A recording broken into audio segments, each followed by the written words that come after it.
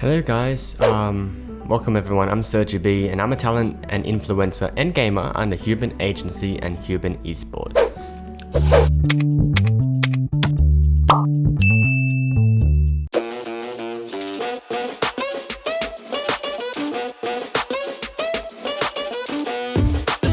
Today I want to talk to you all about stress, which is very relevant in our current world state, and some strategies and some tips that I personally use to cope with stress. So let's first go over about what is stress. Stress in my own sort of way is like a feeling of being overwhelmed or not being able to cope to an event or a demand. This could be related to work, to studies, to relationships, to families, or any sort of situation that you feel like, oh no, I think I'm stressed. So that's stress.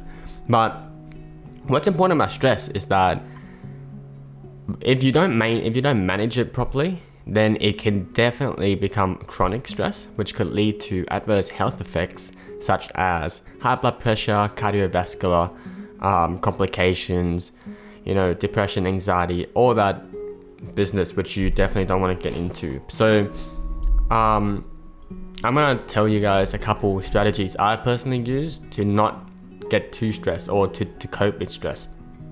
So naturally, being stressed is a good thing because stress acts as a motivator for you to, it's sort of like a natural mechanism, like almost a fight or flight response for you to approach or deal with an event that needs to be sorted out. So part of that is using stress to fuel the work and the motivation to complete certain tasks or to sort out a couple of things. But one way of reducing stress is taking breaks. So if you're studying a lot and you're trying to cram in for an essay and whatnot, and you feel that you're too tired and you're not sure on how to proceed, or you feel like you're not remembering anything, take a break. Get up off your chair, relax, stretch, walk around. These short breaks are so important that even some workplaces are incorporating it into their daily routine. So taking regular breaks during work or during studies will definitely help. Next, giving yourself some love. And no, I don't mean it in that way, but like some love as in looking after yourself, looking out for yourself. Things like this involves sleep, having sufficient rest each night or during the day, maintaining a healthy diet, and perhaps even some skincare. That wouldn't hurt, but just divide some time for yourself. Thirdly, next we want to talk about being social to others. Having a chat with friends, family, or your significant other can always unwind. Wait a minute!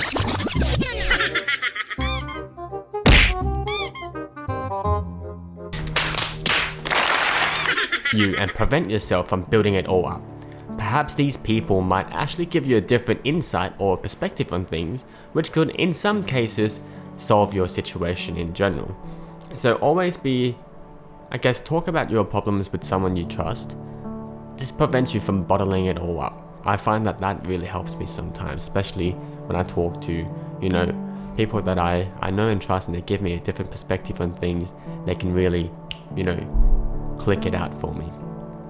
Fourth, avoid substances and alcohol, because to be honest, they're not going to help.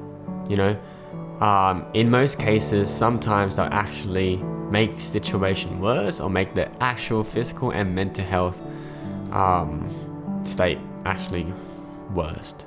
That's a very bad way of putting it, but as in, instead of relying on these things to get a temporary solution to stress, you should tend to seek out other things that will also give you, say, a rewarding experience, such as trying out new food or taking yourself out for a meal.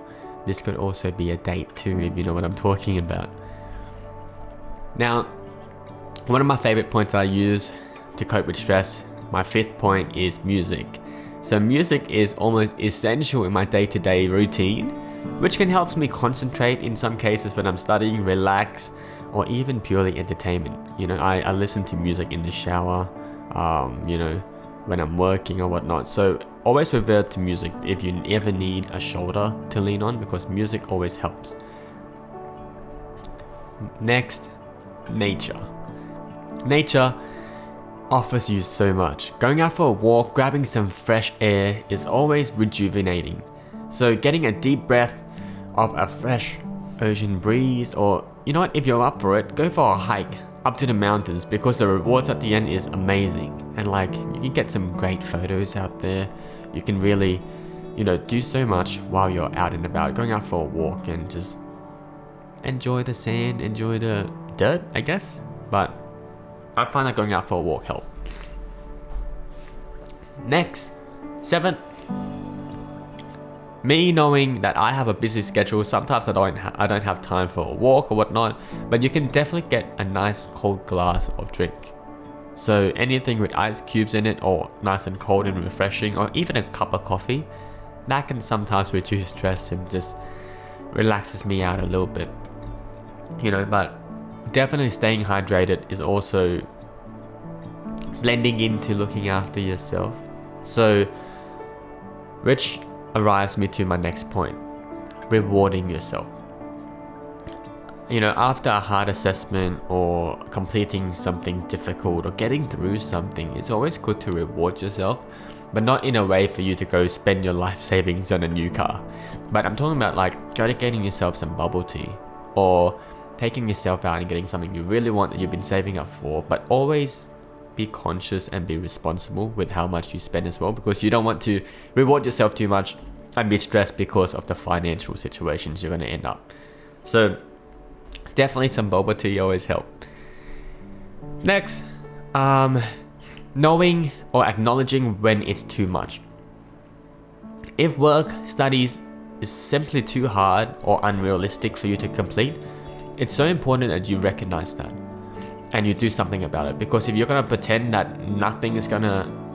if you're gonna pretend that, you know, you're gonna be able to do it, nothing's gonna get better. So it's always good to be like, hey, I can't do this. Then seek some help from your teacher or from your boss or anyone, so that they actually have an idea of how to actually help you to complete those tasks. Not only that you're reducing stress for yourself, but you're also getting a solution to the issue, which is even better. And my last point is staying organized. Staying organized can be anything, like a timetable, a diary, it's totally up to you. But for me, I like to keep my workspace relatively clean. That always gives me like a nice environment to work in. Having a schedule, like at least a rough idea of what I need to do and when, would always help. And this way, if you're prepared for something, then you're always going to be less stressed when it comes. But those are some of my quick tips. I hope I didn't waddle on for too long on how to cope with stress. Because personally, I stress a lot that my hair falls out, and definitely you guys don't want your hair falling out. So definitely look after yourselves, give yourself some love, and make sure you don't stress too much. But that's going to be it for today, guys. If you have any sort of questions, please pop it in down below. If you have any sort of advice you need, chuck in the comments, you know. But don't forget to like, subscribe, and ring that notification bell. Chuck us a follow on all my social media in the caption down below. And I hope you guys have a lovely day, and I'll see you in my next video. Bye bye.